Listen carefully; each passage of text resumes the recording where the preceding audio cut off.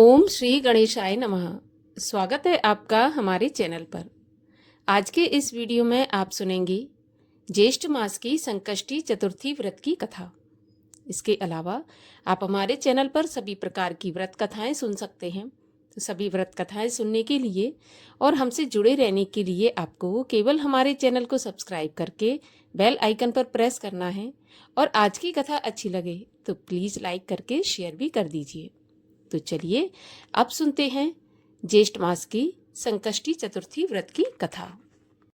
पार्वती जी ने पूछा, हे पुत्र, ज्येष्ठ मास की चतुर्थी का किस तरह पूजन करना चाहिए? इस महीने में गणेश जी का क्या नाम है? भोजन के रूप में कौन सा पदार्थ ग्रहण करना चाहिए? इसकी विधि का आप संक्षेप में वर्णन कीजिए। गणेश जी ने कहा, माता, ज्येष्ठ कृष्ण चतुर्थी सौभाग्य पति प्रदायिनी गणेश चतुर्थी है। इस दिन मूषक रथा अर्थात आखू रथा गणेश की पूजा भक्ति पूर्वक करनी चाहिए। इस दिन घी निर्मित भोज्य पदार्थ अर्थात हलवा, लड्डू, पूड़ी आदि बनाकर गणेश जी को अर्पित करें। ब्राह्मण भोजन के पश्चात स्वयं भोजन करें। हे माता, इससे संबंधित पूर्वकालीन इतिहास मैं आपको वर्णन करता हूँ। पुराणों में पूजन और व्रत की जो विधि है वह वर्णित है, उसी सुनिए। सतयुग में 100 यज्ञ करने वाले पृथु नामक राजा हुए। उनके राज्य में दयादेव नाम का एक ब्राह्मण रहता था। वेदों में निपुण उनके 4 पुत्र थे। पिता ने अपने पुत्रों का विवाह गृह सूत्र के वैदिक विधान से कर दिया था। उन चारों बहुओं में बड़ी बहू अपनी सास से कहने लगी, सासू जी, मैं बचपन से ही संकट नाशक गणेश चतुर्थी का व्रत करती आई हूँ। मैंने अपने पिता के घर में भी इस शुभदायक व्रत को किया है। अतः हे माता, आप मुझे यहाँ पर व्रत अनुष्ठान करने अर्थात व्रत रहने की आज्ञा दें। पुत्र वधू की बात सुनकर उसके ससुर ने कहा, बहू, तुम सभी बहुओं में श्रेष्ठ और बड़ी हो। तुम्हें किसी प्रकार का कष्ट नहीं है और ना तो तुम भिक्षुणी हो। ऐसी स्थिति में तुम किस लिए व्रत करना चाहती हो? हे सौभाग्यवती, अभी तुम्हारा समय उपभोग करने का है। ये गणेश जी कौन है जिनका तुम व्रत करना चाहती हो?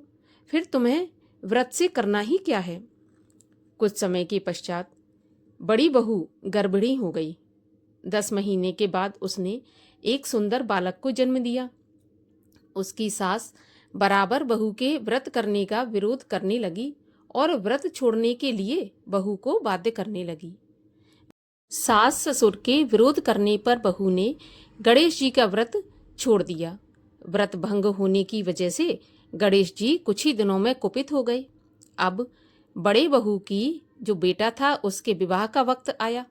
विवाह के वक्त वर वधू के फेरों के समय उसके पुत्र का अपहरण कर लिया गया। इस अनहोनी घटना से मंडप में खलबली मच गई। सब लोग परेशान होकर कहने लगे कि लड़का कहाँ गया, किसने उसका अपहरण कर लिया। बारातियों द्वारा ऐसा समाचार पाकर उसकी माता अपने ससुर दयादेव से रो रो कर कहने लगी, हे ससुर जी, आपने मेरे गणेश चतुर्थी व्रत को छुड़वा दिया, जिसके कारण मेरा पुत्र गायब हो गया है। पुत्र वधू के मुख से ऐसी बात सुनकर ब्राह्मण दयादेव अत्यंत दुखी हुए। साथ ही नई पुत्र वधू भी दुखी हुई।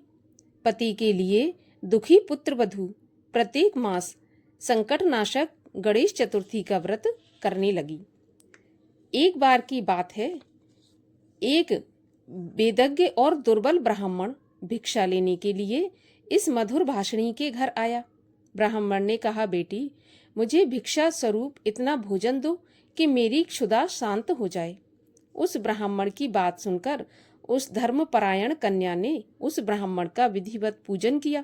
भक्ति पूर्वक भोजन कराने के बाद उसने ब्राह्मण को वस्त्र आदि दिए। कन्या की सेवा से संतुष्ट होकर ब्राह्मण कहने लगा, हे कल्याणी, हम तुम पर प्रसन्न हैं।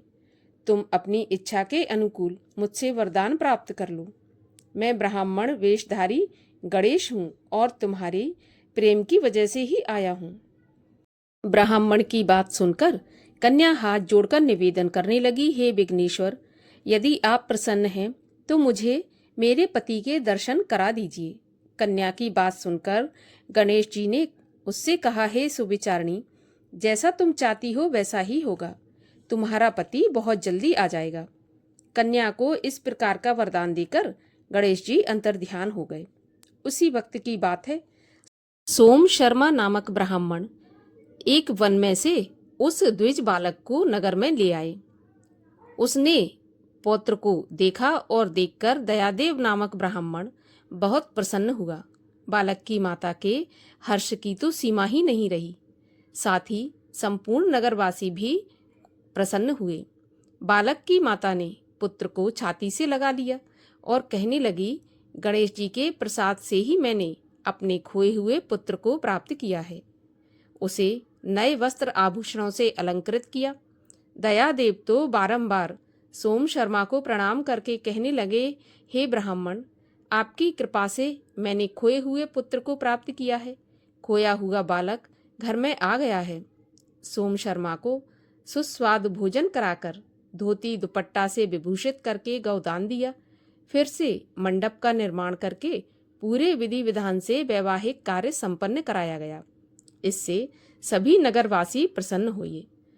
वह भाग्यशालिनी कन्या अपने पति को पाकर धन्य हो गई। ज्येष्ठ मास के कृष्ण पक्ष की चतुर्थी मनुष्यों के मनोरथ को पूर्ण करती है। इस दिन नर नारियों को एक दंत गणेश की पूजा करनी चाहिए। हे देवी, पूर्व कथित रीति से भक्ति पूर्वक जो व्यक्ति इस व्रत एवं पूजन को करेंगे, उनकी संपूर्ण इच्छाएं पूर्ण होंगी। श्री कृष्ण जी कहते हैं, हे राजन युधिष्ठिर, भगवान गणेश जी के व्रत का ऐसा ही महात्म्य है। हे महाराज, अपने शत्रुओं के विनाश के लिए आप भी इस व्रत को अवश्य कीजिए। इस प्रकार संकष्टी गणेश चतुर्थी व्रत कथा का समापन होता है।